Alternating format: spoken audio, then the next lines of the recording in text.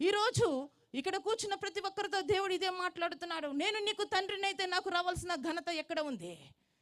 ఈరోజు నిన్ను విడిపించాను, రక్షించాను, మిమ్మల్ని విమోచించాను, ప్రతి బంధకం నుంచి విడుదల చేశాను. ఆ రోజు ఎంతగానో మొర్రపెట్టావు, తిండికి లేక మొర్రపెట్టావు, వేదనకరమైన పరిస్థితుల్లో మొర్రపెట్టావు, చనిపోయే పరిస్థితుల్లో మొర్రపెట్టావు. నిన్ను చుట్టూ ఉన్న వారు వెలివేసినప్పుడు, అది ఎంతగానో బానిసత్వంగా నీ జీవితాన్ని మార్చివేసినప్పుడు ఆ యొక్క బానిసత్వం నుంచి మొర్రపెట్టావు. దేవుడు నిన్ను రక్షించాడు, దేవుడు నిన్ను విమోచించాడు, దేవుడు నిన్ను బ్రతకనిచ్చాడు. కానీ ఈరోజు నీ జీవితము ఎలా ఉంది? విడుదల చేసిన దేవుని వైపు చూస్తున్నావా?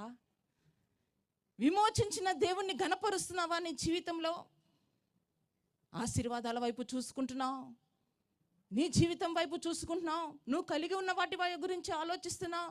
ఈ లోకంలో సమృద్ధి కలిగి ఉండాలి, ఈ లోకంలో ఒక మంచి పేరు నేను సంపాదించాలి, ఈ లోకంలో నేను ఘనపరుచుకోవాలి, నన్ను నేను పోషించుకోవాలనే ఆలోచన ఒకవేళ నీలో ఉండి జీవిస్తున్నట్లయితే నీ హృదయాన్నే ప్రభు దృష్టించి మాట్లాడబోచున్నాడు. దేవునికి మహిమ కలుగును గాక.